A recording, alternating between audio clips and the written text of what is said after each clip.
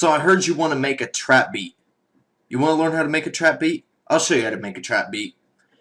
Shotty Beats here from We Got Beats LLC, www.wegotbeats.com. Go ahead, get your free beat there, and I'll see you on the other side. Right now, what I want to do is I want to show you how I make a trap beat. Now, before I get into all this, I do want to say a couple different things. I use a keyboard, but the buffering problems on this computer are ridiculous. I'm not sure how this is going to work. I'm going to be using my computer keyboard. Second thing is I won't be able to talk while I'm playing music because it's both recording my voice through the webcam and it's recording the system audio. If I play them both, it's off beat, it's offset, so it's just going to sound really fucked up and you won't want to watch the video. So I'm not going to be talking during those parts.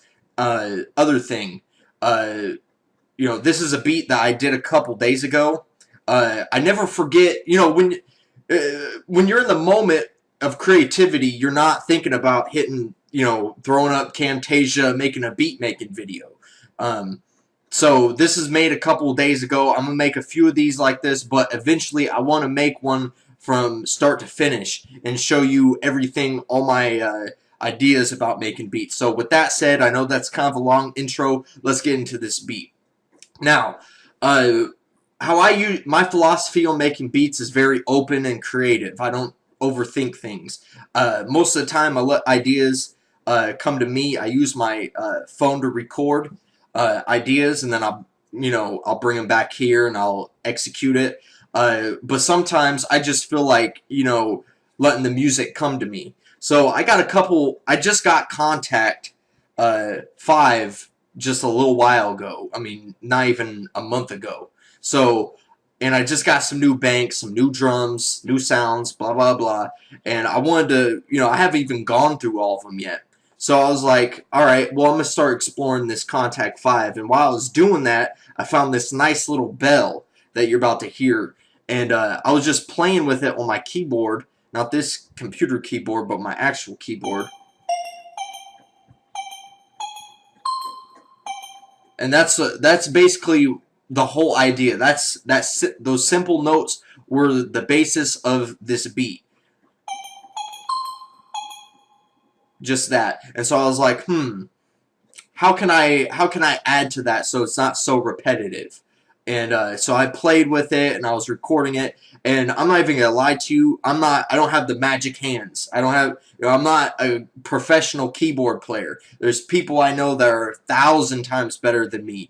And so what I do is this beat is at 158. I lower it to about 120, and I start recording, and I mess up, re-record, mess up, re-record, and then eventually I'll get what I want, and I'll quantize it, make the levels the way I want it, and do what I want. So basically, this is what it sounds like.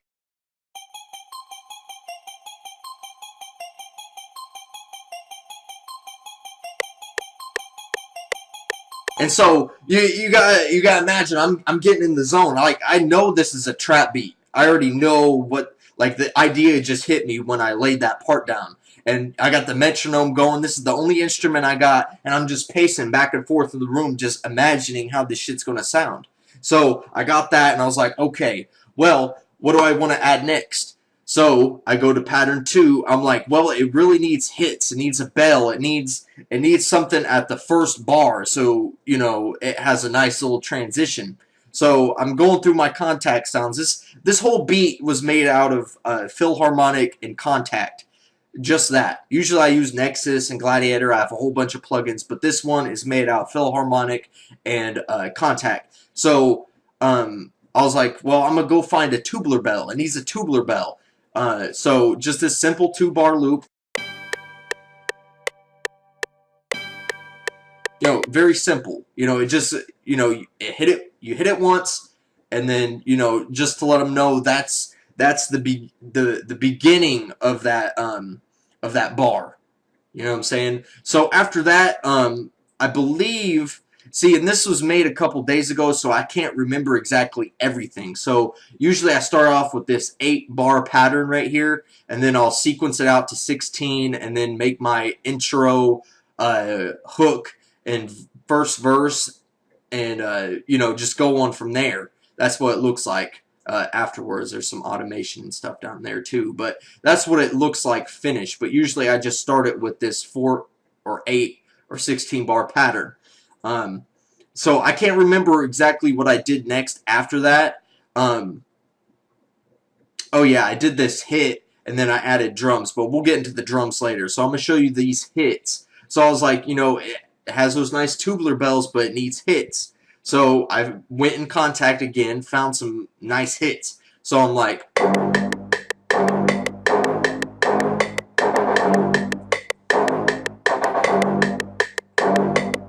And see, that's the other thing, okay?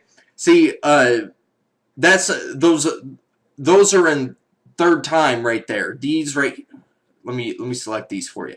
These are in third time. You might hear these in a lot of different people's beats and like, how does that swing so much? It just swings harder than anything else, that I make. You might sit there and try to, put a similar pattern, but it just doesn't swing like other people's, and you're like, how do they do that?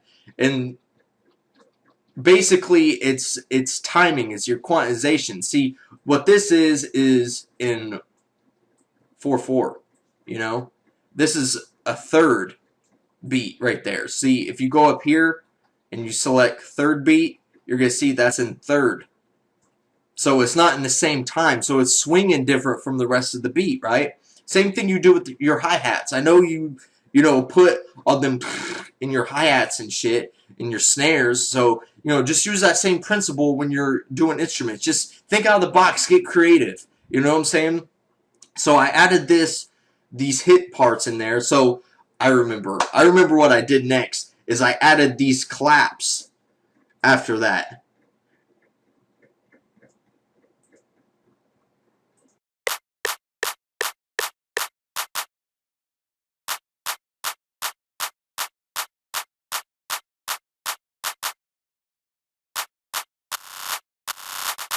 You know what I'm saying? So I added those claps just to, it's a build climax. It's got that club feel. I want people dancing to this in the club. I want people going ham in the club when this song comes on. You know what I'm saying? So I gotta make sure I do my part. I want bitches twerking to this. Like, this is, you gotta imagine what it'd be like. How is the club gonna react? If you don't go out, I know producers, God bless us, but we don't go out. We stay in the studio. We're kind of introverted people. But, if you're one of those introverted people, you don't like to go out, you don't like crowds like me, you need to force yourself, go out and see what's happening in the world. Go to the club, see what people are listening to, and then try to take parts from what's popular, what's hot right now, and implement it in your own production. See, nobody's going to sound like you. Nobody's going to sound like me. If you try to sound like me, it's going to sound like a cheap ripoff because it sounded like you. You can't help that. So you just need to take parts, but you need to come in it from a perspective of, I'm doing this completely different. Like, you can't make a beat like me because, I am me. You can't replicate me. So I might add all these parts. This might technically be a trap beat, but this is a Shotty Guns beat from We Got Beats. This is my sound. You can't replicate that. You have to have me to do it. You know what I'm saying? So that's just a little bit more philosophy. Let me get into the beat. I know I'm dragging on. After that, I believe I added this horn part. And these are, just simple little chords. You know what I'm saying?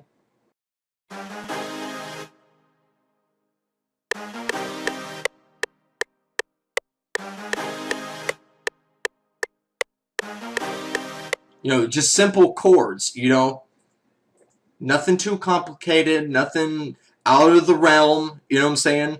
You can learn these chords yourself. So I did those, and then I really started getting onto the drum work, okay? And trying to sequence it out between the verse, the intro first chorus and first verse. Okay, so this is where I really started working on the drums, and this was the drum pattern.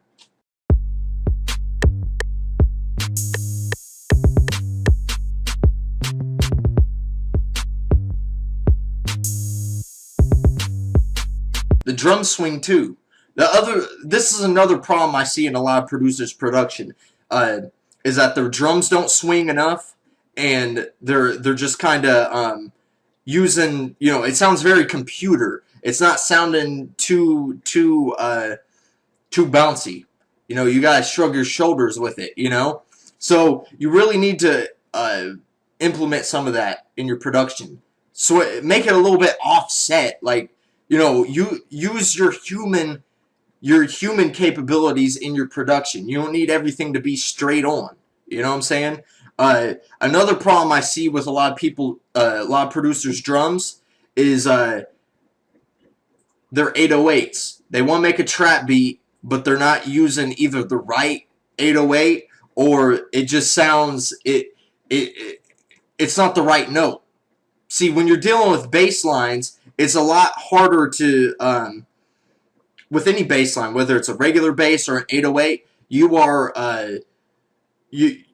you're dealing with something that's a little bit more difficult than just a piano, for example, because you're hearing something that you want on the lower frequency, but it's harder to hear the note. So one of the tricks that I've learned is either pull up a piano and try to figure out what the bass melody is going to be on the piano, and then switch the patch over to a bass.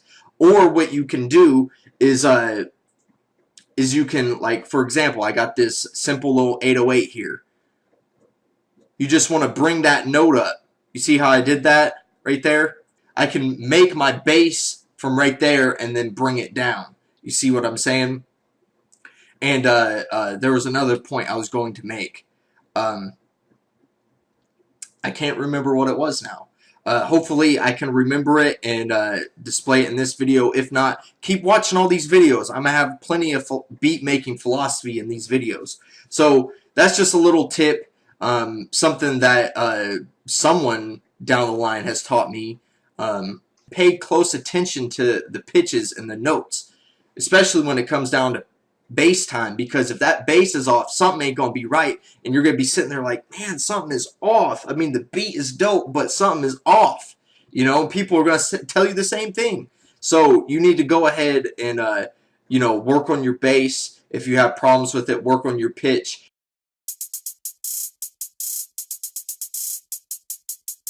Now, if you want to learn how to do this, because nobody, I don't care who you are, unless you're someone like Arab Music, you're not going to pull off this right here. You're going to have to manually make that. What I usually do is, unless I'm doing a different type of hi-hat pattern where I want the human groove in it, I usually just go up and fill each 2 steps right there, and then click and go to piano roll. And then once it's in the piano roll, check this out. You see it's in 1/6 step. You just bring it down right there, okay?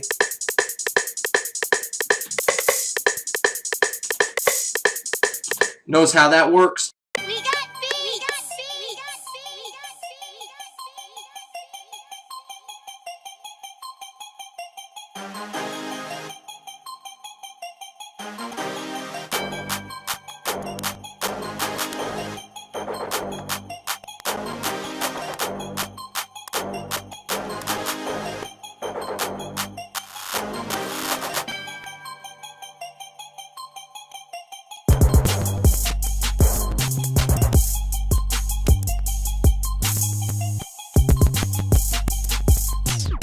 Okay, so we have our intro right here and a semi-chorus, okay?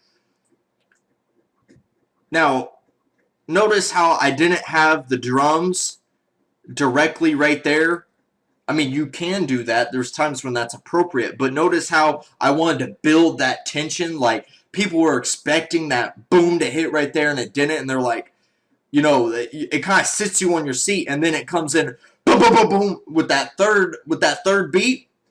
That's expert sequencing right there. People, if you can do this, if you put this in your beat, you're going to see a lot more people love your beats and want to play them over and over and over. I mean, your beat game is just going to go phenomenally high just on sequencing alone. I'm gonna save another video for filters and like that tape stop that you heard on there. This is all my automation. I'm gonna make a special automation video. So I'm not going to cover that in this video. Just keep watching my channel and subscribe. Make sure you hit like and subscribe, and we'll get you those videos. And if you have any suggestions, go ahead and leave them in the comments below. I would love to hear from you. Let's see. Now, this is the hook right here. Okay. Now you're like, that's a basic beat, and sometimes I make a basic beat and I don't know what to do with it after that. Okay. This is where you want to add stuff in the hook, okay? Because if your whole beat sound like that, you need to do something different for the hook so people know it's a hook. And on top of that, you don't want it to be too repetitive. So this is the hook right here. Now, notice I'm building the tension again, okay? It comes out of that tape stop sounding like this.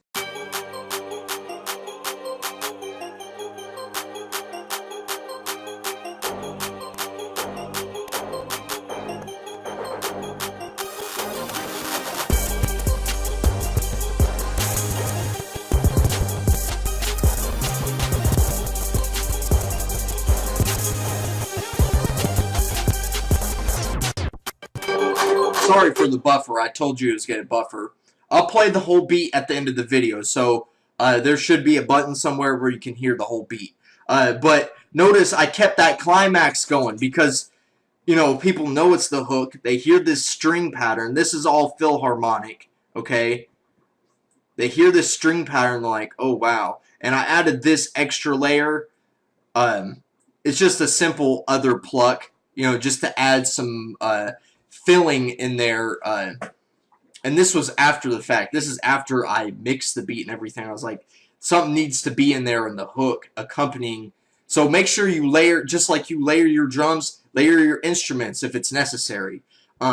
Sometimes that can improve a beat tremendously, is just by layering the sounds. So I did that, and of course, you already heard this horn part right here. Now, you might be asking yourself, what is this? Okay, so let's go to pattern 5, because honestly, I don't remember what the hell it is. Oh, yes. Okay, this is all Philharmonic right here. All right. Now, this right here, now usually I split these up, but I didn't feel like it. I get lazy about it. This is a simple little brass patch. That's just a little thickness, okay? Notice I didn't do anything too extreme. It's just a little thickness, a little bit of bottom, to accompany it. A little bit of roughness that needed to be added to the hook. Okay, if you love orchestral sounds and don't know where to find some good ones, if you still fucking with them sound fonts, stop! That's 2004 shit, man. Stop. I'm guilty because sometimes, I mean, some of them are good. There are some good sound fonts out there that I still even use today, but it's very rare that I use sound fonts. I use VSTs. If you're still using sound fonts for your brass and stuff, that's my dog, Roscoe. He's going crazy. Never mind him. If you're still using sound fonts for your orchestral, you need to stop. Invest in Philharmonic. Invest in, hell, even Nexus. Nexus has great orchestral sounds, but the best choirs I've had to date are Philharmonic, and you're about to see why.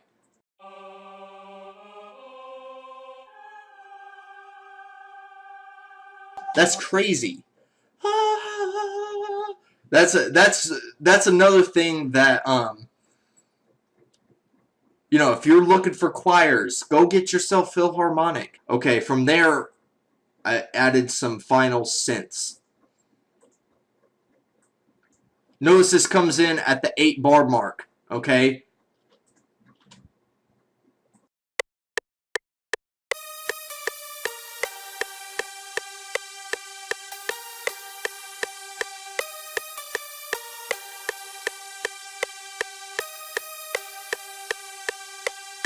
just simple synth sound that needed to be added to the hook. You find yourself in a situation where you need a transition. You got to have transitions. It's all in the vein of the whole song as a whole, not just a whole bunch of patterns, but as a song where a vocalist can get on it. Okay, so I needed something that was going to transition into this next verse, and I was like, how am I going to do this? So what I usually do is I load up another synth, okay, and I already know in some way what I want to do with it. I want it to be like it's almost duplicating the same chord progression, the same notes and the chords that I've already made into the beat. I'm just playing them either down like this or up. If you look at church players, they could really do this. I can't. I'm terrible at it. Like I said, I don't have the magic fingers. I practice every day. Hopefully I can get to that point, but I'm not that good yet. So I actually put these into the piano roll. I clicked it in and then did everything else I wanted to do to it and made it humanized right there. Okay, so as the song is in the key of G, right? So it starts at G.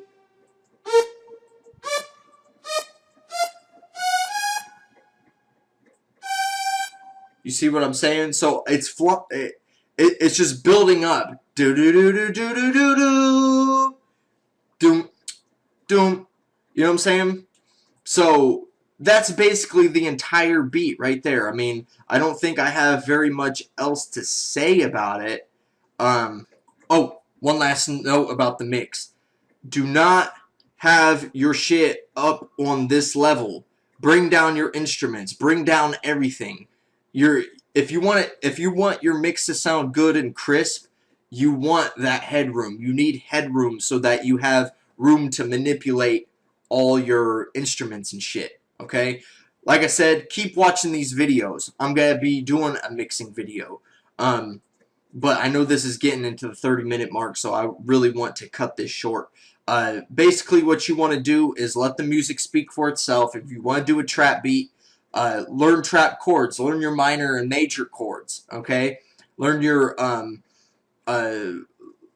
learn your pitch. Learn pitch. If you're not good at pitch, that's going to save your bass right there. Okay, if you can get those two things done, your beat game is going to go up tremendously. Okay. The other thing is add swing to your drums. Add swing to your instruments.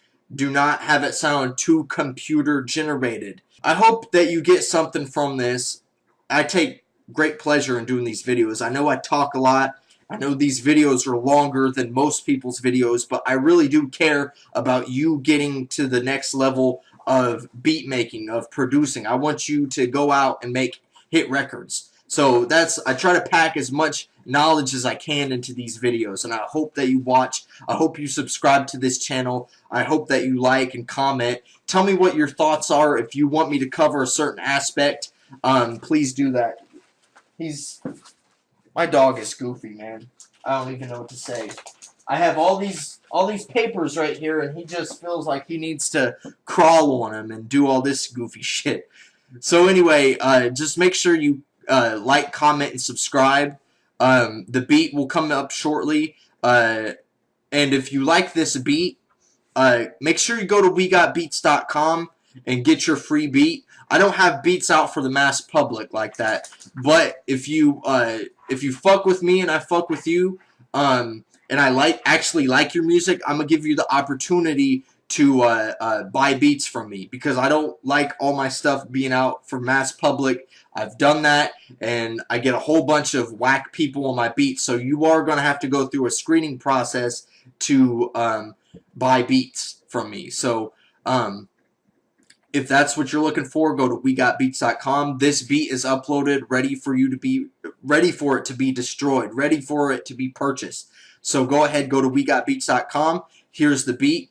Make sure you comment, like, and subscribe. I'll catch you later.